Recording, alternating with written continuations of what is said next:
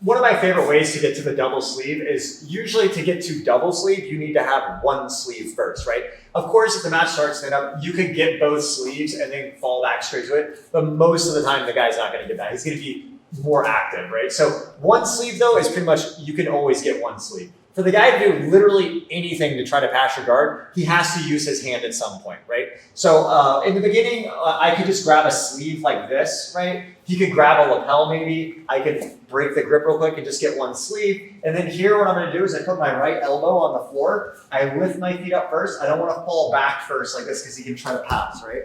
I wanna lift my feet up first like this, and I fall into a lasso. From the lasso here, one of the most common things guys will try to do is grab this second leg. They just get kind of stuck here. They'll grab this, I grab this sleeve, and from here I can break this right grip past the body.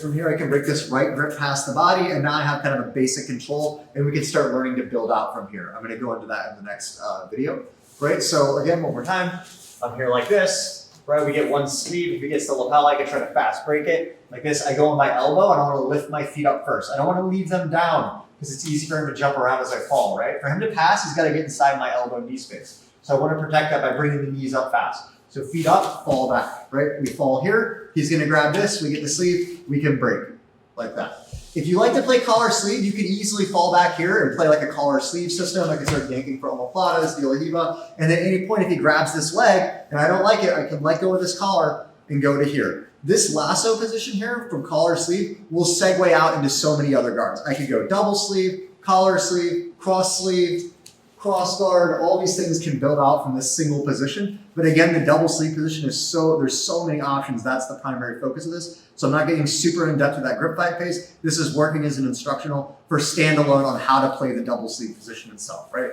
So again, once we get this position, we break here, like that, like so.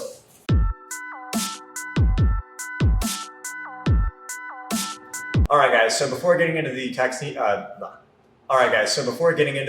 I'm going to show a few other setups I like to use just real quick to give you a lot of different creative ideas, okay? So one easy one, if you're standing, stand up, is if we're here, if I can get both sleeves, it's good. Often people will grab your lapel. I'll just get an elbow grip like this. And then this hand here, usually you can get the sleeve. Even if he grabs my sleeve first, like this, I can get his sleeve back. When you control those sleeves, the thing is it's hard for him to push your legs down. So I can kind of step out to the side like this and pull here. From here, it's easy to try to go to closed guard, but if he puts his elbow and knee together here, this is a very easy way to segue into the double sleeve. I can switch up to this sleeve here, and now I can start building from the position here. Another good one to set the position up is just if you're on your back in like guard retention, so you're like kind of grabbing my pants, like I'm defending, he's trying to move around a little bit, and I'm blocking. And at some point, a lot of people do this, especially at a lower level, they'll just hold the pants too long, and it's very easy to just grab both sleeves here, right? So once I get both sleeves here, it's very easy to break a grip, lasso, and now I can start working into the position as well from this way, right? Another really good one is if you play collar sleeve on the right side, so here, is if I'm here like this and like say come into like a knee shield, like if I'm in like a knee shield here like this, I can block here and get this sleeve, and then I create space by pushing with my shin and clearing this leg out from here. From here, I bring this foot out. Often people will grab your pant leg there. I can grab the sleeve, and again, this segues into a variation of double sleeve with like spider, which I'm going to get into later. But again, I'm just trying to give you guys a couple different ideas on how you can set this position up.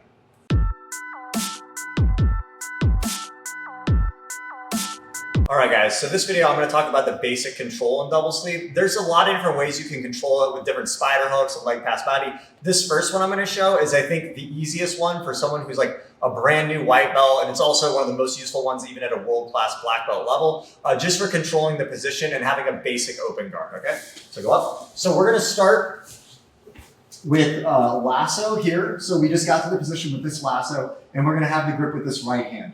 So if I came here and he grabbed the pants, I'm just going to take my foot and break the grip past the body like this. One thing I want to focus on is when I break here, I want to angle my knee inward like this. When I'm straight here, it's easier. The pant is closer to his hand. It's easier for him to hold. And also it's easier for him to re-grip, right? If I'm like this, he's just going to keep re-gripping. It's harder to break. So I want to do this kind of knee inward angle like this, where I just kind of do this with my knee.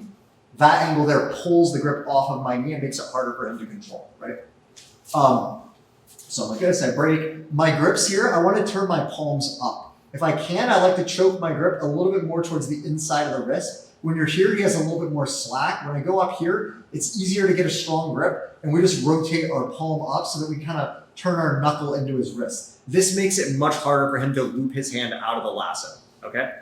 This grip here is similar idea. I break past the body and I go palm up. So I want to have both palms up with my shin kind of past the body, and this left foot is a lasso here, right? From here, if he tries to move around a little bit, like go to either side, he's kind of stuck, right? It's really hard for him to grab my legs. It's hard for him to try to continue to any form of guard pass when you have this. If he pulls his arm back and gets the grip on my knee here, I just break it again and go back here, and I just have a really basic control from here. Okay, so once I get this, there's three main ways I'm going to be in this position. I'm either going to have the lasso and the leg past the body. If he leaves this space open or he's over pressuring into me, it's very easy to pull into closed guard. And then you can do that as an attack, right? If I just want to chill here, I can leave the lasso and the leg past the body. Another common thing is the guy will connect his elbow and knee, right? And when he's like this, it's very easy to unlasso and put the De La Hiva hook in, right? And again, with this De La Hiva hook control, I'm really safe if he circles either like circle to your left there. Like there, this keeps me in, and I can start building offense from here. If he pops this, let's go this way.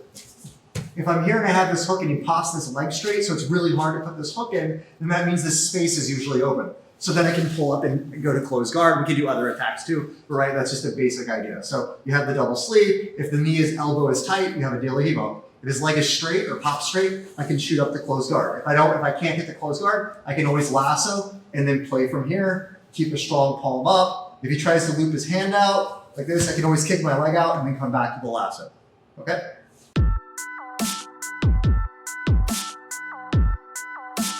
All right, guys, so let's go through one of the first basic attacks from the double sleeve with the De La Hiva. Stand up.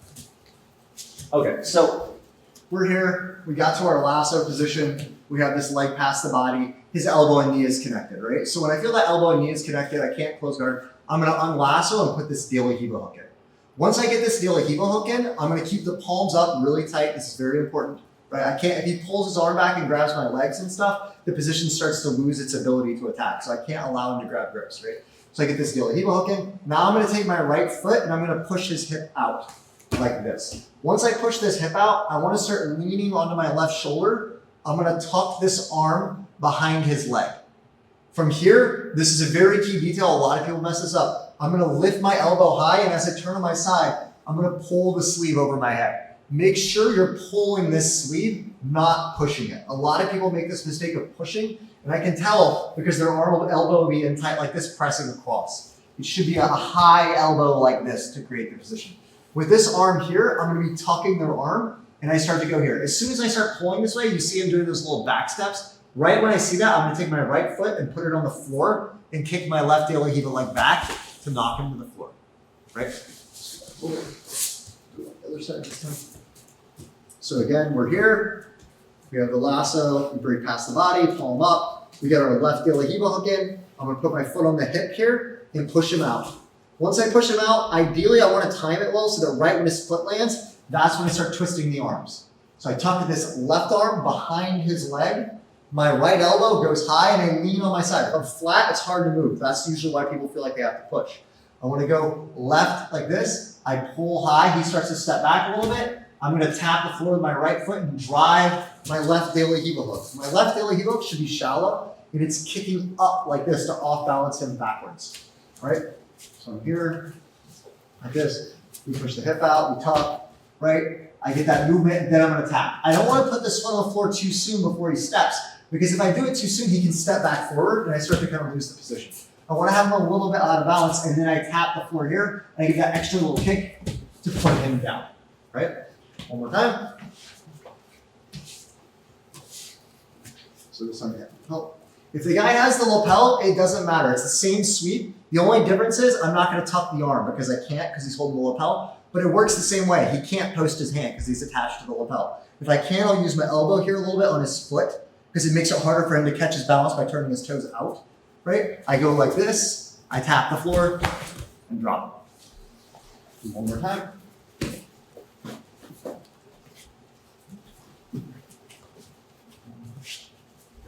Body, drop, come up. And then we'll do one more and I'll mention whenever I finish it. Okay, And then also, once I drop him out here, you can have no problems. Once I drop him here and he lands, as soon as he hits, I want to do this with momentum. So right when he hits, I pull his leg out and try to elevate his sleeves, right? If you elevate the sleeves, it's really hard for him to start coming back up on top. It's really hard for him to come back up on top because he doesn't have his arms. Especially if you time this with momentum, it's as they're hitting, you're already starting to come up, and you just kind of twist their arms and press them back. It makes it very difficult for them to recover the position.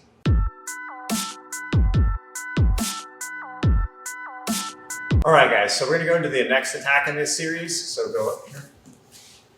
So in this case, same starting position. We're here, we have the lasso, the leg past the body, he's got his elbow knee tight.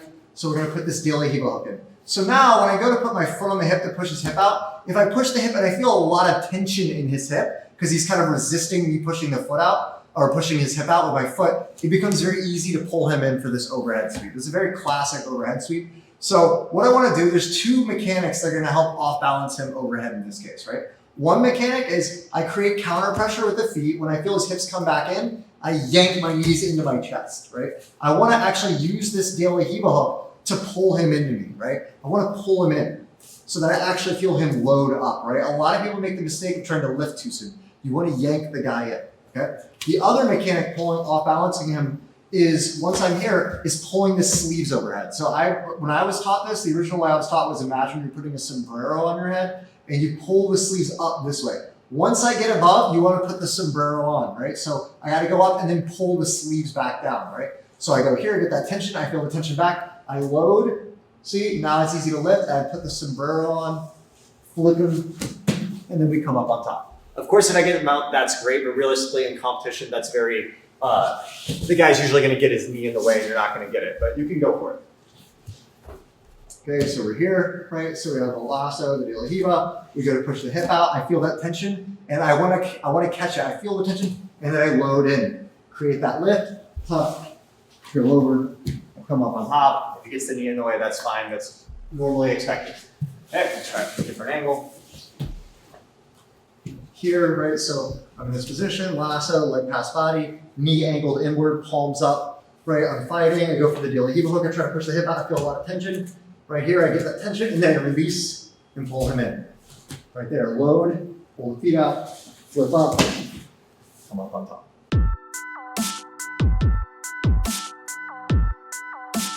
All right, guys, so let's look at another overhead sweep variation. Come up.